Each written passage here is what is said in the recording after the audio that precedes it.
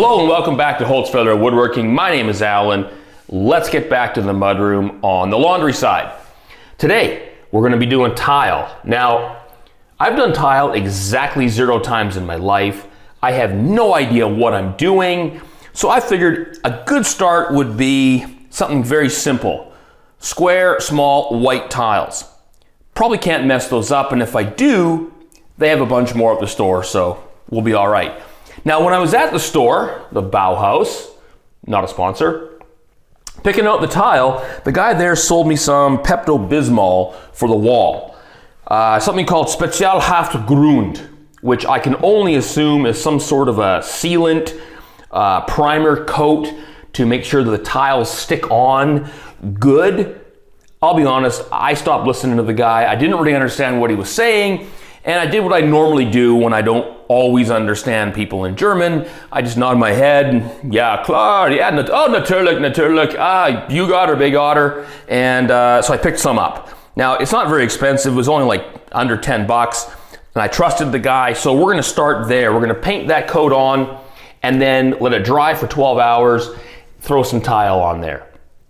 In order to do that, I have some torn up garbage bags taped on, covering up my countertop so I don't ruin that. Remember, I'm not an expert at laying tile, but here's what I did. Make sure you pour the water into the bucket before you add the thin set. They tell you how much to use right on the back, sometimes in English. We recently had an electric mixer stop working. I tossed it, but I kept these for just such a scenario. They work great for thin set, grout, paint. Very handy in general. Mix it until you get just the right consistency. Thick but fluid, and then let it sit for a few minutes to let the chemical reaction get to work. I was very careful to get my countertop straight and level, but over 2 meters you can expect to be off by a couple of millimeters.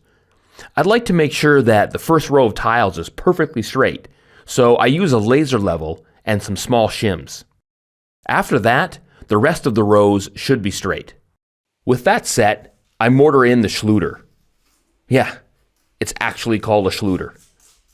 I wasn't going to bother using one, but boy am I glad I did. Great advice, Edgar. Then I start buttering the tiles individually. If I was doing a much larger area, I would spread the thin set on the wall first and then lay the tiles on. But I had no idea how much area I could cover at once. This ended up taking me a lot longer, but it paid off later. Using the spacers makes getting uniform results pretty simple. And the tiles are done. Approximately.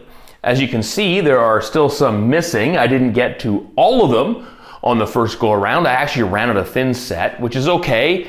I'll be able to make that up on the next go, but I didn't film it all either. It turns out this is a pretty stressful job doing tile for the very first time, and I couldn't film things and deal with all the balls that were up in the air at the same time. Once you mix that thin set, the cement you use to cement the tiles to the wall, the clock is kind of ticking. You don't have forever before that dries out. Now, if you're a professional or halfway decent at this probably would have taken you 25 minutes and you would have had 2.5 hours of thin set sitting there drying, but it took me a lot longer than that, especially having to deal with cutting the tiles to fit into the end pieces. I had never done that before, and so I was using the score and snap method. I'll bet you it's not called that, but I borrowed a tile cutter from a friend of mine. He had it. As you can see, it says it was made in West Germany, so that tells you how old it is, but it worked just fine.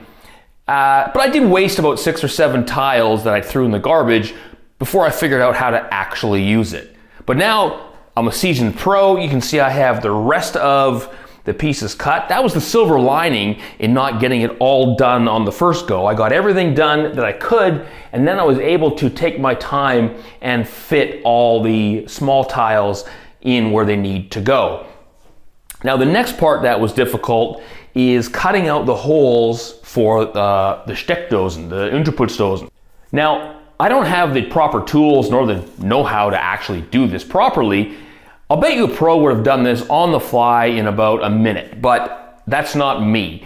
So I decided to cut a couple of sample pieces out of spare MDF I had kicking around and trace those out, cut them on a saw, and get them how they should fit properly here. And then take those, lay them on to a tile, and trace them out. From there, I was able to drill out the hole, and we're gonna have a very nice fit. And the last challenge I had involved the taps. Unfortunately, there is no local shutoff for these taps. So I had to shut off the main water in the entire house. Pull these taps off, get to work, try to get these holes drilled in these tiles. I wanted to put them back on, cement them in place, and get the taps back on so I could restore water for the rest of the family. But it didn't go as smoothly as I hoped. So I was able to cap these off. So for now, we're all good, water's back on. And now I have to figure out how to drill these holes. Now I've done the same thing. I've made a couple of templates to figure out how these are gonna fit on. So I'm gonna take these templates, trace them onto a couple of tiles, and then simply drill the holes. Well, not simply, because I don't know how I'm going to do that without shattering the tile. So stay tuned, see if I find a solution. So that solution, it turns out, was using an angle grinder to cut the hole and polish it up with my Dremel tool, which, as you can see, led to a lot of this. It took a long time, but eventually I got the job done. Okay, we have all the tile in place finally. All the pieces fit, which was nice, right around the Steckdose, the outlets. I'm particularly happy with the way they fit around the water outlets here because I didn't have the proper tool. It took a lot of doing, but we got it done. It was fitting that my new shop vac showed up right while I was doing the tiling because I don't know which one sucks more. As fulfilling as it is to complete an entire job by yourself, I hate tiling. You know how when you go to hire a guy to set your tile and you wonder, why is it so expensive? It's because it's not a very fun job. So make sure to tip your tiler. Gotta be quick on this one. We're about to do the Grout, the Fliesenfugen, which I've never done before. So it's gonna set up here in about the next couple of minutes. So I better get learning how to do Grout. Applying the Grout is pretty intense. You should be able to tell by just how wide open my mouth is hanging. I look like the caveman who just discovered fire. Turns out doing Grout is not terribly tricky. Smear it all over, make sure to fill in all the gaps with no air bubbles. Next time I do this, I will speed it up though. By the time I got to the end, the Grout was stiffening up a little bit. It still worked out, but I took too long. After that, it's pretty much just wiping down the tiles in multiple passes to make sure you remove all the grout. Once it's dry, I install the outlets in series. When it's time to install the new faucet, I shut off the water main and drain it using the taps in the downstairs bathroom, and then catch the last little bit in a bucket.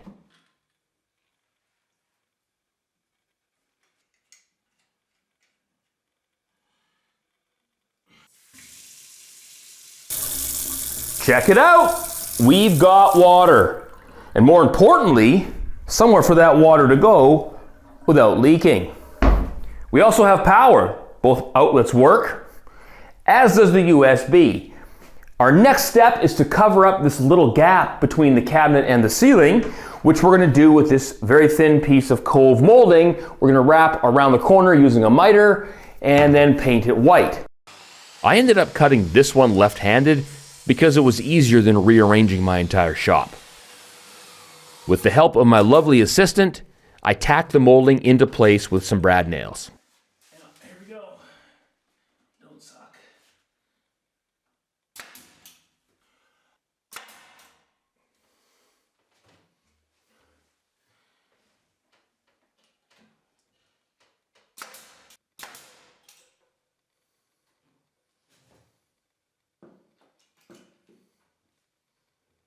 And of course red putty to fill the holes. Next, I caulk all the gaps before I paint.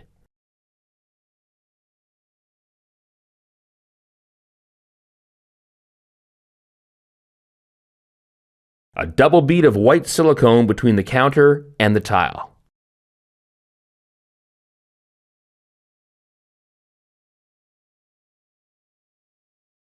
It is time intensive, but I get the best results painting the edges by hand.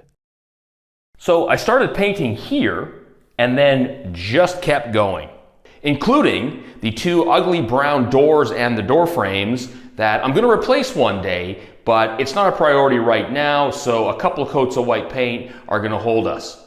I even replaced the ugly old light switch with something that matches.